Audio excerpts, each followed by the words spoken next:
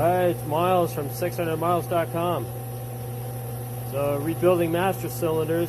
I've run out of the washers that go in the end of the master cylinder here.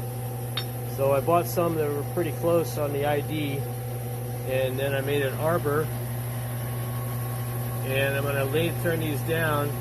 These are stainless steel. The arbor's brass. It's been working. I got to turn down another 121 thousandths.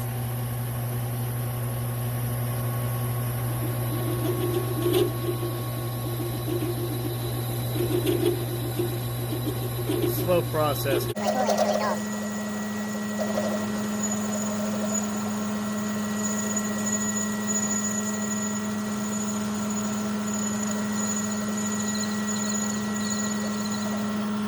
that about 10 more times and I'll have a washer.